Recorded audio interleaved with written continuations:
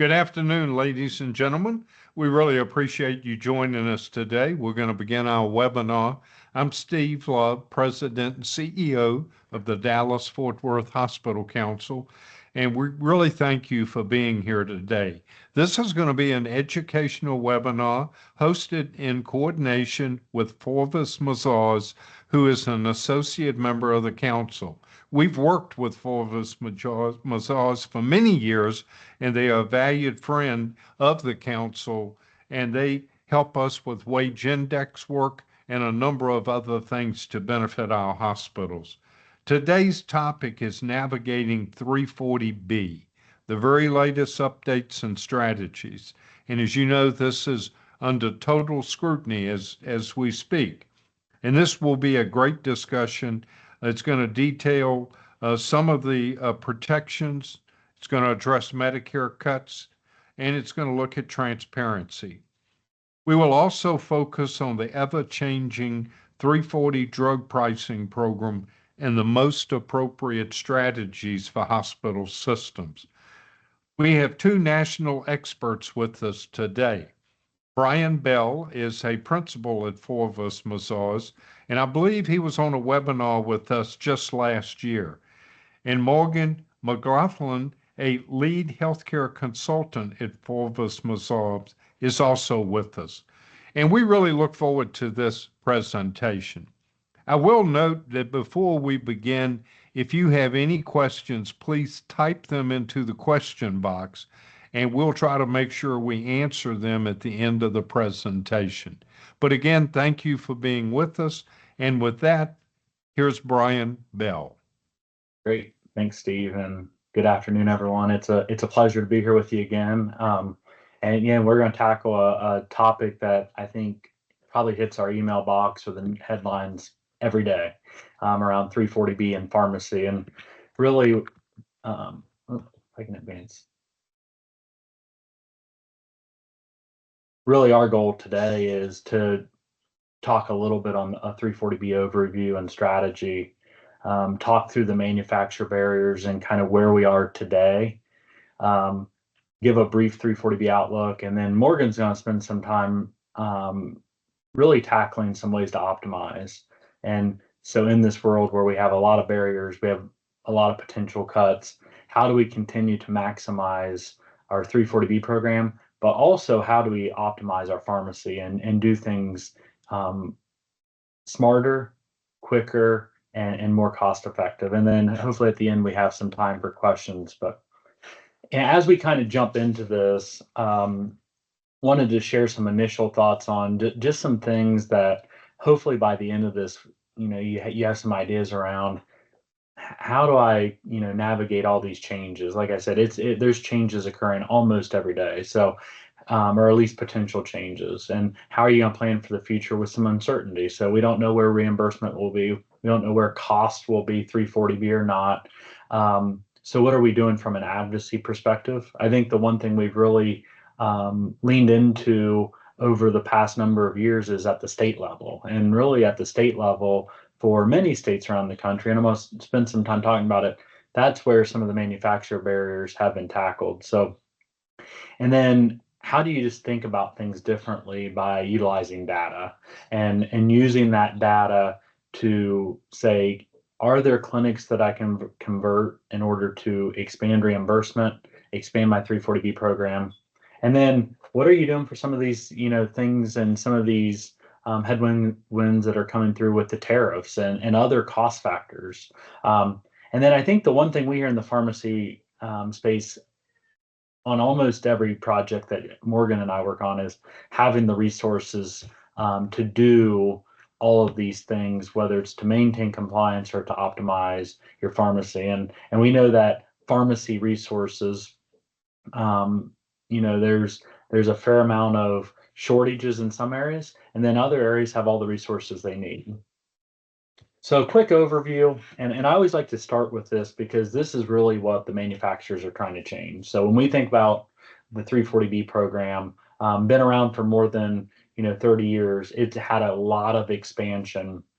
But really the important part is the program was developed to provide a front-end discount, not a back end rebate or some other way of obtaining the savings. And the ultimate goal was to stretch those scarce federal resources so that those organizations that are eligible for 340B can expand their services and continue to serve our most vulnerable and indigent populations. And I think as we hear about, barriers for 340B and reimbursement cuts and all these things, that's going to become harder and harder to serve our most vulnerable populations. We see the headlines every day that services are being cut, and a lot of things are occurring in our communities that aren't necessarily good for our patients.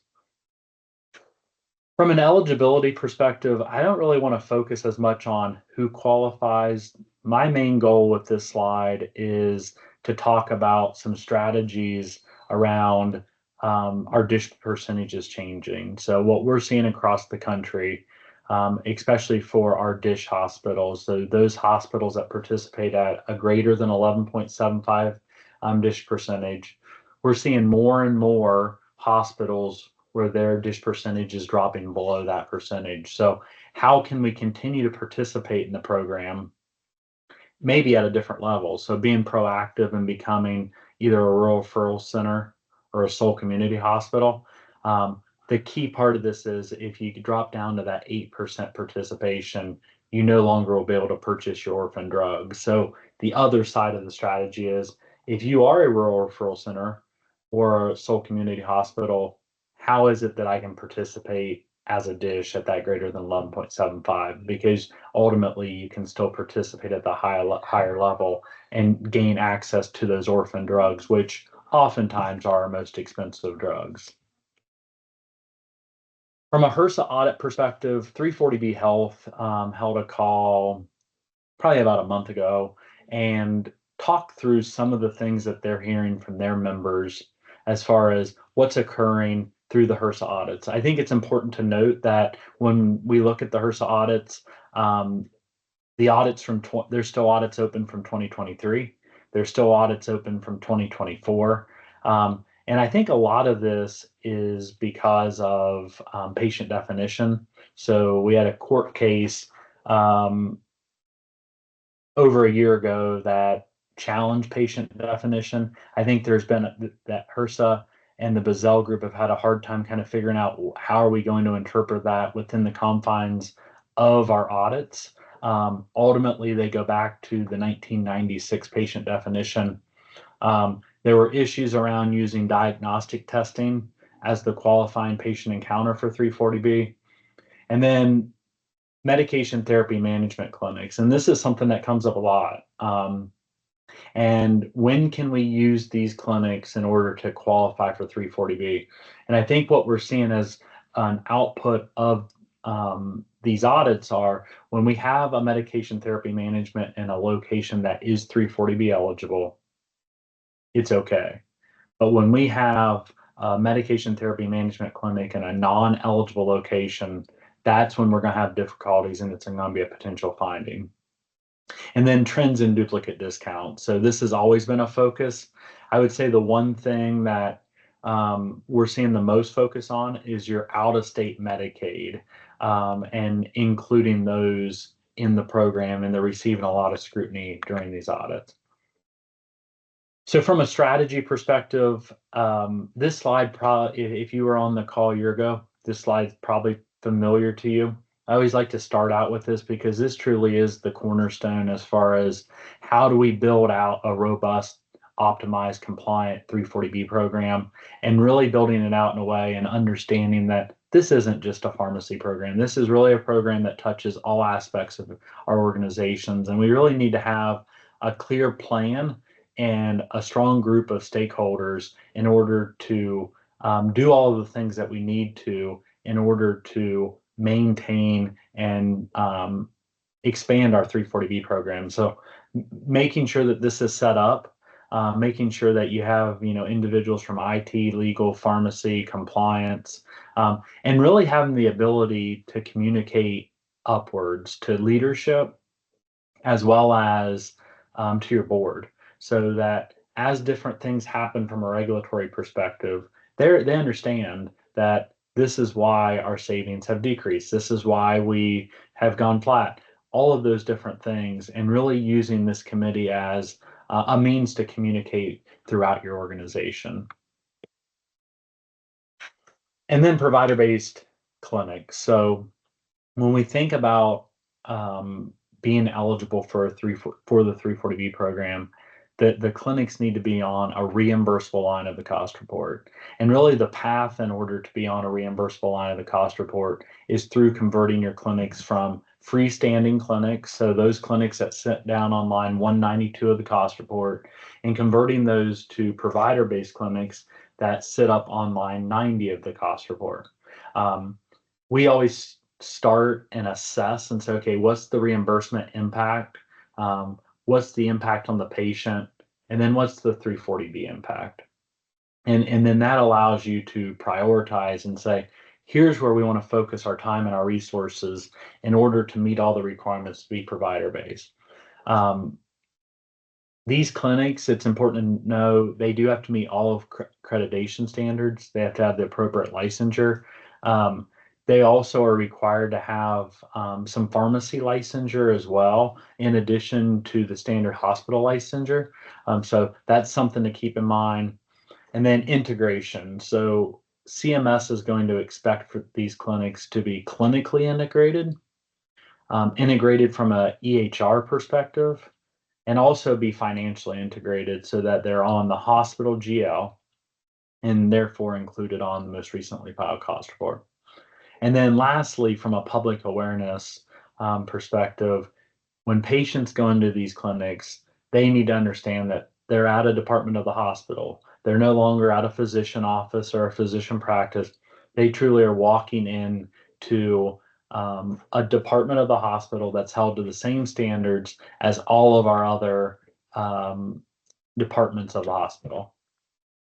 And then from a timeline perspective, this is kind of the typical path. So spend a few months assessing the reimbursement and the financial side, and then identifying gaps to say, okay, for this clinic, yes, we meet all the licensure. Yes, we meet all the accreditation. It can move forward.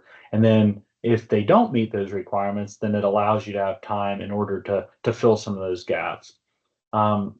Starting the provider-based conversion, 3 to 6 months. And then really the goal is to have it on the most recently filed cost report. And from that regard, once we file that cost report, we can register within the next quarter for 340B, and then ultimately the next quarter you're eligible. This timeline is extended and longer than it was during the public health emergency.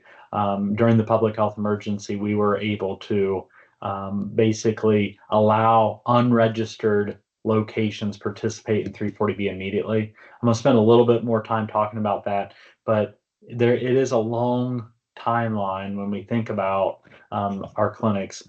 That's why it's also really important to think about the strategy on the provider-based side. So if you have existing provider-based clinics, are you able to expand services within those clinics? Are you putting the clinics, if you're a multi-hospital system, are you attaching the clinics to the right hospital? And what I mean by that is, say, for example, we have an infusion center that's currently tied to a Soul Community Hospital, and you're not going to get orphan drugs at the Soul Community Hospital.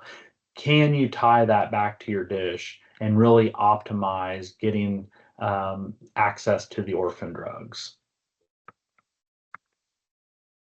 And then contract pharmacies. So I'm going to spend time talking about the manufacturer restrictions, but when we think about what the manufacturers are saying, we just don't want to dispense 340B drugs at contract pharmacies. And these are those retail pharmacies within your community that you have a contract with, and it makes it a win-win for both sides.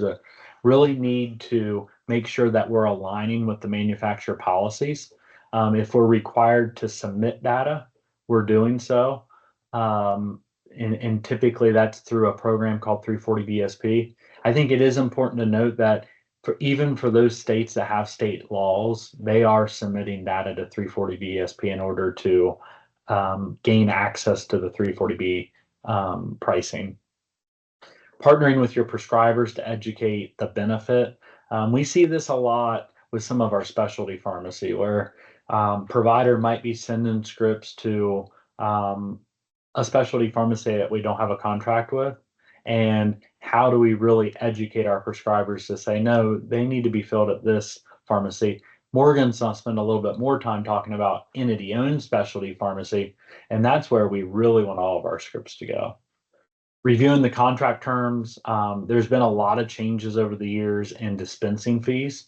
And do those dispensing fees align with it being a win-win for both sides? And that's really the goal of these contract pharmacy arrangements is we want it to be a win for both the pharmacy as well as you as the covered entity.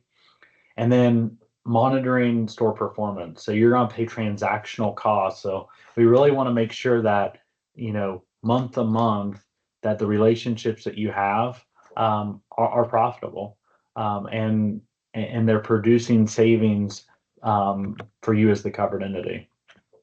As we think about tracking those savings and tracking how our 340B program performs, we wanted to provide some KPIs. So what do we look at to say, okay, this is a really well-run 340B program? So tracking your dollars. So what's your reimbursement?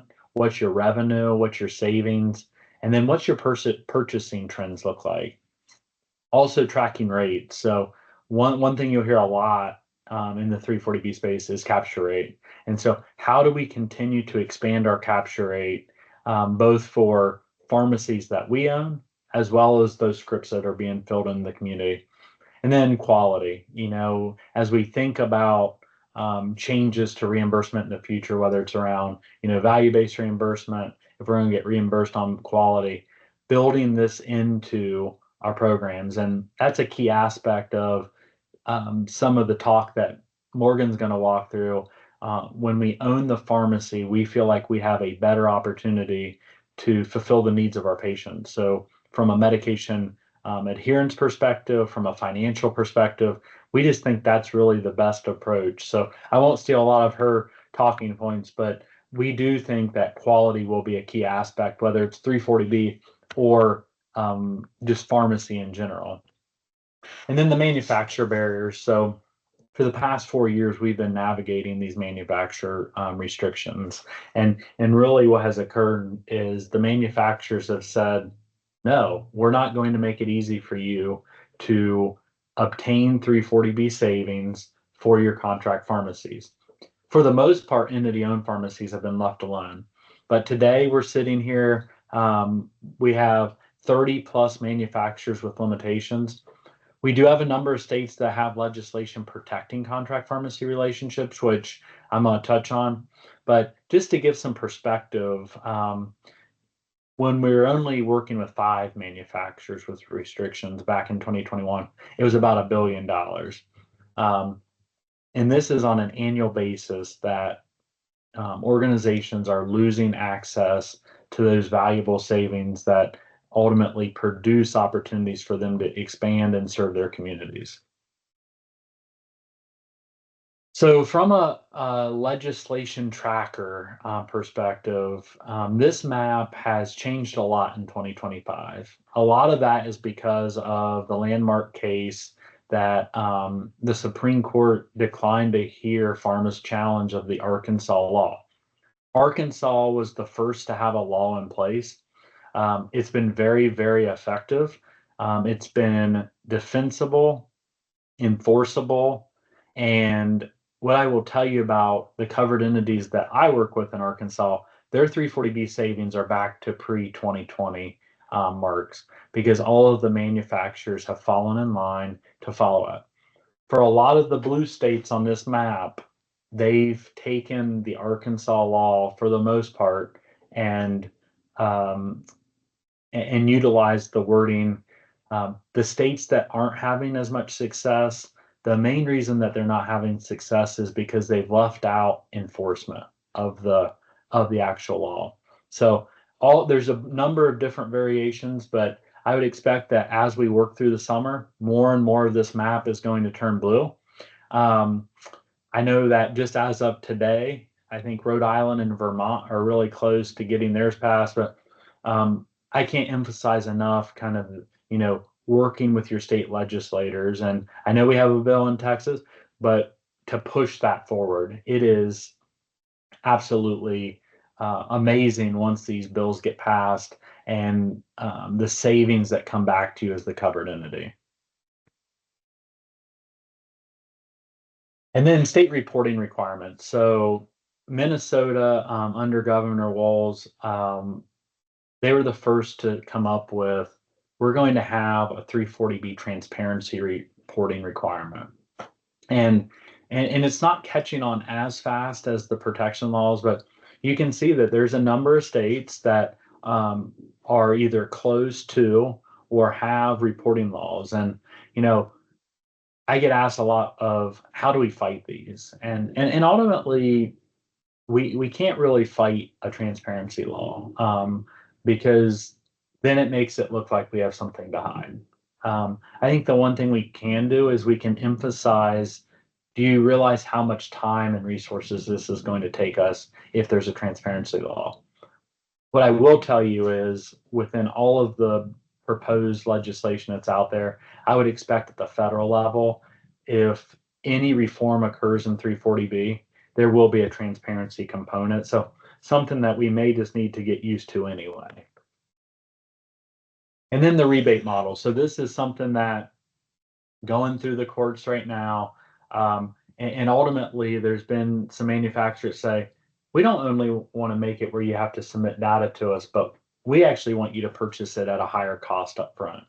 And ultimately, we know how rebate models work. So we purchase it at the highest cost, we wait a little bit of time, and then we ultimately receive those savings on the back end. This will be a huge resource burden for organizations. It'll be a huge cost up front for organizations. And then we know that it's going to lead to a lot of extra work because with rebates, much like we have, some of the conversations with our payers, there's going to be denials. There's going to be a lot of things that have to occur in order to get those savings. So I started out talking about front end discount program, and this is really moving it to a back end rebate. So far, under President Biden, HHS came out and said, we're not going to allow this. Under the Trump administration, they've taken that same stance. So super thankful for that. We're hopeful that they will continue to uphold that stance and that the courts will continue to support the HHS decision to strongly oppose a rebate model. And then addressing some of the manufacturer policy. So I talked about ESP a little bit. Caldera's is just a different rebate model. Where I really want to spend a minute is talking about direct replenishment, because Morgan's going to do the heavy lifting on the entity-owned pharmacy side. But for direct replenishment is a means to circumvent some of the manufacturer restrictions. If we think about the way our contract pharmacies are set up today, they're set up with bill to, ship to accounts. And that's not part of the regulation. That was ultimately part of how the wholesalers decided to make these models work. Direct replenishment changes that model, and ultimately you move to a model where you're using hospital accounts. There's really kind of two ways that organizations are doing this. One's more virtual, and one's more of the physical inventory is coming to the hospital, and then we're taking that physical inventory out of the hospitals. Based on some conversations I had with some attorneys last week, the virtual model does, I think, give some angst. And as they think through that, it really hasn't changed anything, from how we're delivering and what's being restricted. So something to think about as different models within direct replenishment. We could probably spend an hour talking about that alone, but happy to talk through it outside of this call. It's a huge opportunity if you're not working through some direct replenishment or alternative models. So if you're not, would love to talk to you about it, because I think this is a real opportunity to gain back some of those valuable savings. And then kind of with the final kind of 5 minutes, before I hand it over to Morgan, wanted to talk through a little bit of outlook. OPPS remedy, this is kind of rearing its head again as far as, potential reduction in reimbursement. But if you haven't assessed your Medicare Advantage plans where your reimbursement was reduced for those separately payable drugs from 18 through 22. You really need to. There's a number of options out there. We're seeing a lot of organizations pursue litigation, terminate Medicare Advantage plans, renegotiate, and quite frankly, having a lot of success, and kind of gaining back those reimbursement cuts from 18 through 22. So I'm not saying go out and terminate all your Medicare Advantage plans, but what I am saying is it's important to assess. And I think it's also important to say we need to take some serious action in order to say, are we able to get some of these Medicare Advantage dollars back?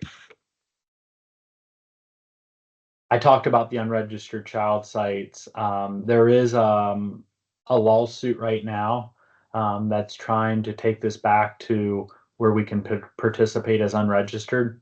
I had lunch with an attorney last week that's heavily involved in this. We were actually expecting this answer about 9 months ago. So the court that is going to rule over this also has some big technology cases on their docket. So that's kind of what has slowed down the ruling on this. And then over the past 2 weeks, a lot of there's been 2 executive orders specifically to pharmacy. The president's budget was released, and then some of the tariffs. So I'm going to start out and kind of work from top to bottom. One, HHS, CMS, HRSA, OPA, they're all having staffing barriers right now. With some of the work that the government's doing to look at expenses, it has impacted these groups. The most recent executive, or the executive order that came out 2 weeks ago around lowering drug prices, really the highlights of this are, will we have the Inflation Reduction Act? So it's supposed to go live in 2026. Will it still be there? I talked about the OPPS remedy. And so if we think back when that reduction occurred initially, a survey didn't not occur. So when we think about why the Supreme Court ruled in favor of the hospitals and said, no, CMS, you can't reduce reimbursement because you don't really know what reimbursement should have been.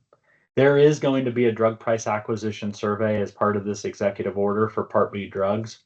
My bigger fear with this is previously it only reduced for a short list of separately payable drugs. We don't know what it's going to do outside of 340B. So something that we're monitoring closely, but this could be a significant reimbursement change. It also looks at Medicare payment, especially in regards to infusion services, and should those services occur at a physician office or hospital outpatient department, at least from a reimbursement perspective. Another executive order recently came out, and it's around most favored nation pricing. So that's a term that's used around the world, not really used a lot in the US. President Trump did introduce this back in 2020, and the courts did not rule in favor of this because it didn't go through the right structure to get there. But basically, this is going to be pressure on the manufacturers to say you need to take your pricing to the most favored nation pricing, which is a more standardized pricing that would reduce the drug cost significantly. We don't know what this does for 340B. We also don't know what does that mean for reimbursement. So monitoring this, and then the budget that was released, the biggest thing is moving HRSA over under CMS. So moving the authority over the 340B program over under CMS. And then the tariffs. So attended a really impressive presentation last week talking about the tariffs. So when we think about drug manufacturing, this is kind of the breakout of where drugs are being manufactured. For all those drugs that are being manufactured outside of the US, we would expect that some type of tariff's going to be put on those, and it could be significant. Oftentimes in our conversations, we don't necessarily think that much about generics because generics are pretty low cost. Most of the generics are produced outside of the US. So when we think about that, while they are cheaper drugs, they're also some of our highest quantity as far as purchases. So we could see a lot of increases on the generics. And then what this has led to is a lot of stockpiling. I read an article today that talked about how one organization has stockpiled basically for the next 6 months on generics so that they can try to alleviate some of these tariffs. And then site neutrality, ultimately the idea of is reimbursement for hospital departments going to decrease? I think the biggest threat as far as the decrease in reimbursement for your provider-based clinics will be for your grandfathered clinics. So those clinics that are off campus and were provider-based prior to November of 2015, they're getting extra reimbursement that your other off campuses are not. But really important to kind of think through some of the different aspects of what do some of these reimbursement impacts mean to us as an organization. And then a legislative update. There's a lot of bills out there. I talked about the state bills. There's a number at the federal level. The one that really is gaining the most traction is with the bipartisan working group. This bipartisan working group looks a little different than it did last year, but they are trying to tackle true 340B reform that both sides of the aisle can get behind, and this would be the most beneficial for hospitals. And then lastly, before I hand it over to Morgan, Senator Cassidy has wrapped up his investigation. He's investigated a number of groups, and ultimately the findings are pretty hard on hospitals, pretty hard on contract pharmacies. Health centers seem to get the pass a little bit. And then the manufacturers probably received the biggest pass as far as the way the investigation went. Felt very lopsided, kind of in support of the manufacturers. What we expect for next steps are some hearings, and then ultimately Senator Cassidy will produce his own legislative action that'll probably be a combination of a number of those bills that have already been proposed. So with that, I know that's a lot of probably doom and gloom, but I'm going to hand it over to Morgan and really talk through some opportunities that you can pursue. And thanks, Brian, and thank you all for inviting us to speak today. So I'm just going to dive right into the topic of entity-owned pharmacy and some of the benefits that operating a pharmacy on location can bring to your organization. We'll also talk about some of the considerations associated with operating, and then I also want to briefly touch on some tech solutions that are now entering the market today that you may see coming in the future. So there's both a patient care and a financial benefit that a pharmacy can provide. And typically when we start discussing the opportunity of venturing into this space, it's often surrounding that desire to avoid manufacturer restrictions that are associated with the contract pharmacy arrangements. And as a pharmacist myself, I always like to also talk about the patient care benefit as well, because having a pharmacy on location really presents a unique opportunity to provide patients a form of collaborative care that they can't receive elsewhere at most other pharmacies. The provider and the pharmacist engagement and collaboration can help set your pharmacy and your organization apart from larger competitors and chain stores down the road, because you become a one-stop shop for patients with their physician's office. So not only are you combining that convenience factor, you're also just allowing them to have all of their healthcare take place in one place and allow that transition of care to take place more easily. Taking that one step further, an entity-owned pharmacy can provide further convenience with the addition of pharmacist-led services, some of which are reimbursable and you can benefit financially, but these allow for an even greater level of access for patients, even further setting you apart. And then now, go Now, there's some expected costs associated with bringing a pharmacy to life, and these items here on this slide are just to name a few. You're going to encounter unexpected costs as well, but thinking about physical space and where you plan to put a pharmacy, talking to clients, this can be a major limiting factor.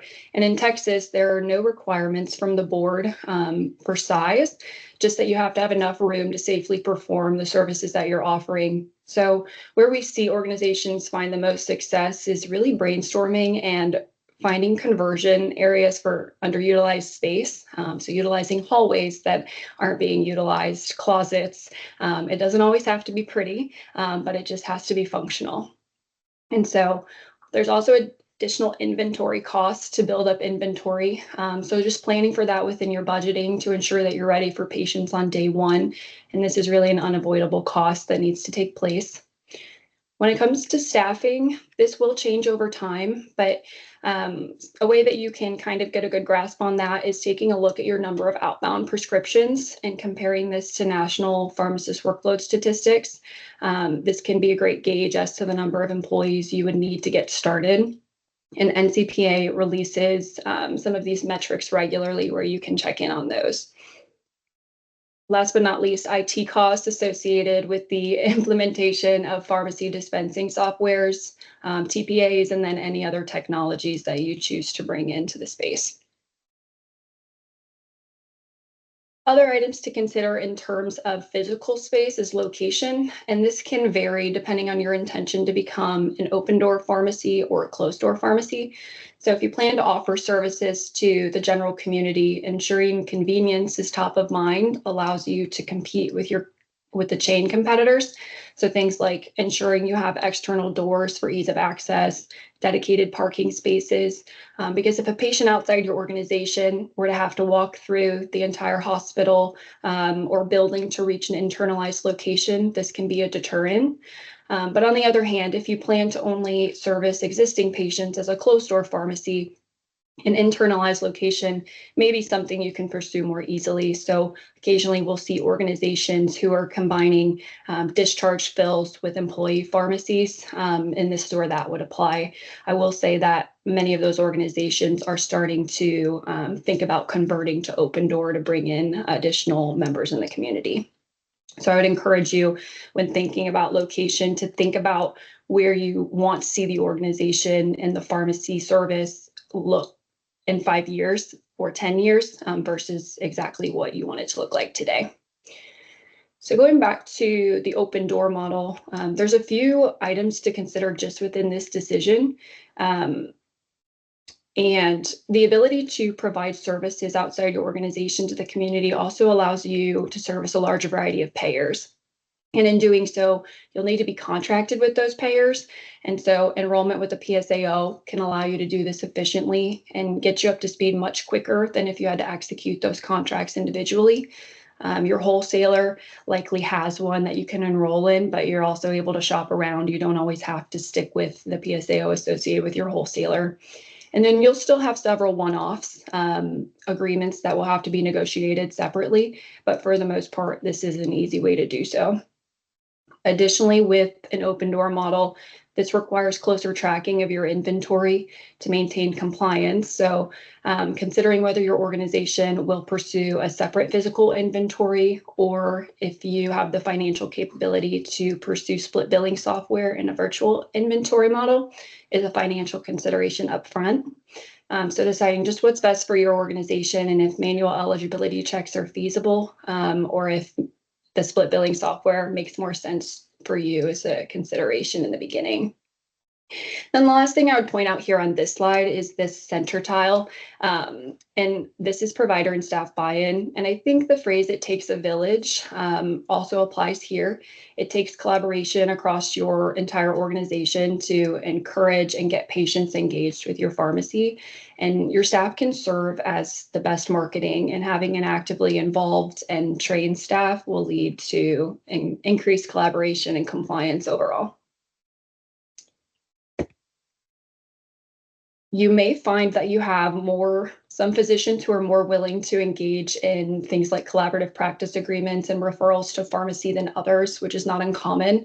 Like any other venture, I would encourage organizations to start small and start with your engaged providers to work to develop your processes and opportunities and work through those kinks in your workflow or in your eligibility determination and referral processes before broadening out to the larger organization. Another consideration is, when it comes to the addition of those pharmacist-led services there in Texas, your pharmacist may need to engage with the payers to ensure that they are registered as a qualifying provider and are able to be reimbursed for the work that they're performing. So ensuring that proper registration upfront is key to make sure that you're getting reimbursed for those additional services. In terms of areas where organizations run into the most opportunity for risk or non-compliance really lies in documentation in order to meet patient definition, and then ensuring that you have properly developed policies and procedures. These are what I would say are your largest risk areas. So coming back to that idea of starting small and having the opportunity to work through those in the beginning will be beneficial for you long term.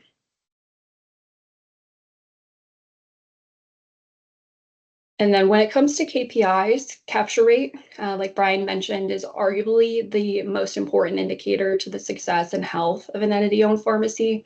And keeping this rate high requires, like I said, collaboration across the organization, but that goal of internalizing as many outbound prescriptions as possible and engaging in ongoing relationships with those patients to provide services and keep them coming back is crucial to the success of your program. How you plan to utilize the collaboration between your staff to identify and refer patients to pharmacy is also crucial. So thinking about different ways to identify patients within your various clinics or discharge patients that you're going to refer. A good example here within your clinics would be, setting criteria as an organization to refer patients who are experiencing polypharmacy. So maybe 10 or more meds who may benefit from referral to a pharmacist for a comprehensive medication review. That gives both your patient and your physicians peace of mind. And then it also allows you to capture those 10 plus meds internally on a monthly basis. Another is perhaps identifying patients with A1Cs of greater than 10 who can benefit from lifestyle modification education or education surrounding testing supplies or blood glucose control. And so positioning your team to succeed, what are those core elements of success? And one is ensuring that, within your pharmacy, your employees are equipped with all the essential tools that they need, like access to the EMR, so that pharmacy staff can properly determine eligibility if you're doing manual qualification checks, or so they, through visits, can see the patient on a more complete level and have a better picture of that patient. If offering significant amounts of services, we see some organizations who are utilizing third-party scheduling platforms or even the scheduling platforms within the pharmacy dispensing software, so as not to disrupt pharmacy workflow in order to provide those additional services.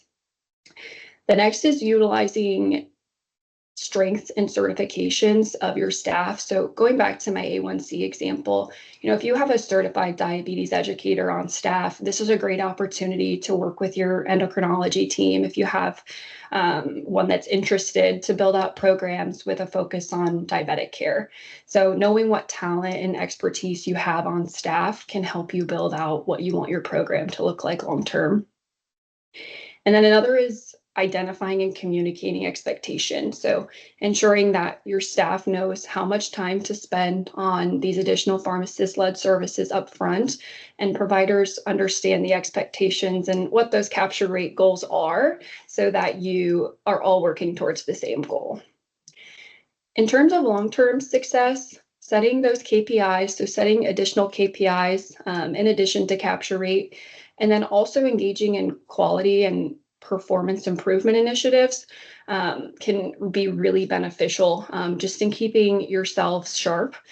So following your patients that you've identified as candidates who can benefit from pharmacy services, and then utilizing that data and those results to further set SMART goals and challenge your team to improve. Semi-annually, you can review those and challenge yourselves to improve and do better than you did before. And here's an organization that did just that this is a community health center, but they have a really great model. They started small, utilizing one provider who was referring patients to the pharmacy and followed their outcomes over a 6-month period. And so aside from that financial benefit that you stand to gain from operating an entity-owned pharmacy, your patients stand to gain improvements in outcomes, like a 2% decrease in A1C, down 29 points in systolic blood pressure. And so from there, this health center, looking forward, can set additional goals and work to continue to broaden out their services and include more patients in these pharmacist-led programs as well.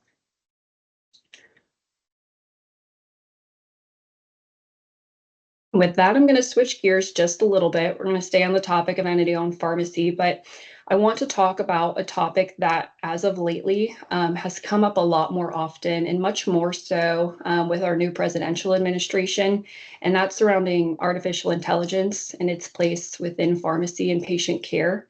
I see a lot of you have AI note takers in the chat. And these are a little bit different than the types of platforms that I'm going to be talking about, but this is a good example of just how AI really is entering the space very quickly. But there's new solutions out there that can help organizations run more efficiently and may impact in the future the way that we provide services. So this slide here is real news headlines of large players in the space who are really creating initiatives and trying to learn as much about AI as they can in a short amount of time. It's really become a race with the new administration due to recent legislative changes that I'll cover. And we're seeing a lot more of our clients who are being presented with vendor solutions that are focused on AI and streamlining processes. So if you haven't seen these yet, I just want to talk about some of the considerations to keep in mind, as if you haven't, I expect that you will soon. So prominent places now where we're seeing these vendors bringing platforms to the market is inventory optimization and drug diversion. And organizations are starting to receive sales pitches. And in both of these areas of inventory optimization and drug diversion, this is looking at the life cycle of a drug from ordering all the way to administration and ensuring no diversion. And historically, we've relied on the human eye and human review to ensure that there's no diversion taking place. And realistically, a human can't go through and catch every single instance, but it is possible that AI could come close. So AI can understand it, loop you in, possibly walk you through the auditing process. And so when you think about it, this is a great idea for the tech companies to really focus on, just because drug diversion is something that really impacts most hospitals and most health systems. However, 22% of facilities don't have an established diversion program. So this is certainly an area that AI can close the gap. Another area that's a little bit more in development, but we're seeing it coming to light, is the idea of personalized medicine and making medicine more accessible through telepharmacy and personalized management plans. So this is utilizing AI within patient encounters when we're actually visiting with patients, almost as a gut check, to compare fill history and documented symptoms to see if there's any links that a human might not be picking up on just as quickly as a computer could. In the area of telepharmacy, I actually had a client who told me last week that their pet meds were all going through AI now. They couldn't even reach a veterinarian. So it is coming. It hasn't reached humans yet, but telepharmacy and utilizing AI to free up physician time to answer just basic disease state questions and free up that physician time, and then loop a physician in when they're needed. So there's a lot of buy-in that's involved in getting providers and pharmacists on board with this, and I'll cover why on the next slide. Last but not least, area of diagnostics. This is the utilization of AI to provide physicians with diagnostic support. So reviewing imaging, labs, and actually helping physicians make diagnoses.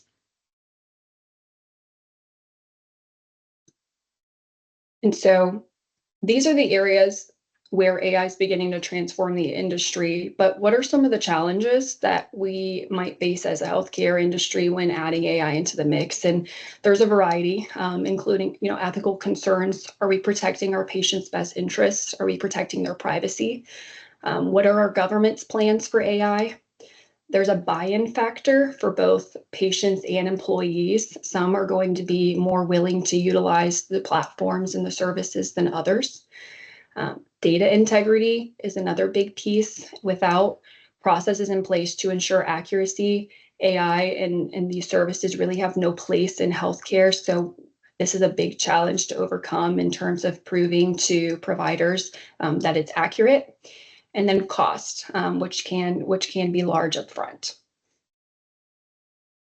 So this first piece that I want to talk about, if you want to move to the next slide, Brian. The first piece that I want to talk about is the ethics behind it. And really our job as healthcare professionals is to protect our patients' best interest. This includes protecting their HIPAA data, protecting them from bias, and ensuring that they know where the data is being utilized. And bias does happen in AI and with most AI platforms. And the first one that I want to talk about is selection bias. This is machine learning that took place on a specific subset of individuals.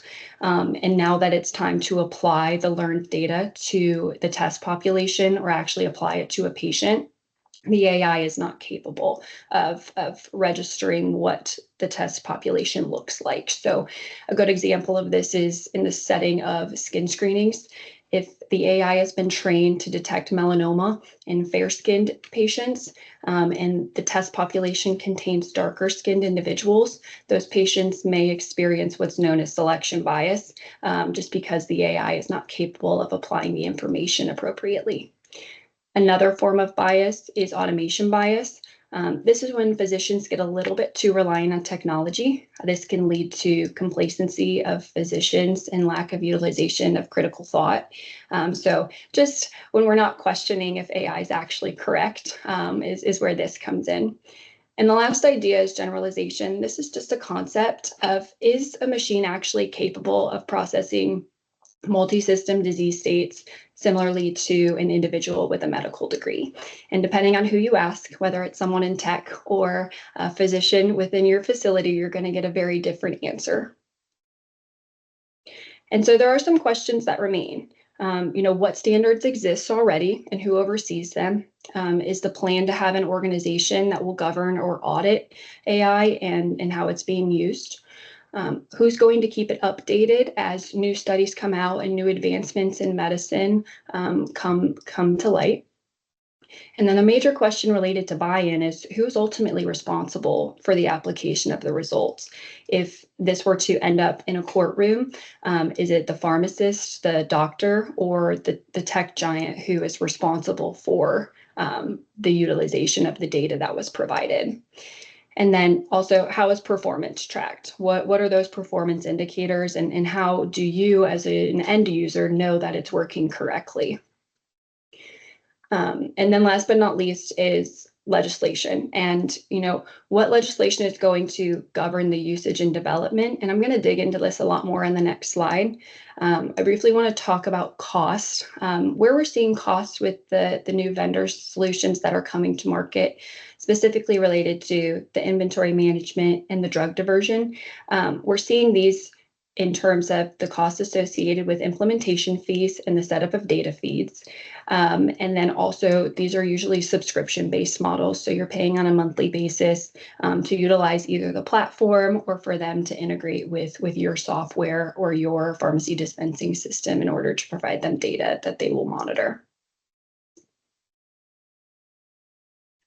And so AI is currently being talked about in news headlines we really can't escape it. It's being talked about probably multiple times a day. You might hear about it multiple times a day in your day to day.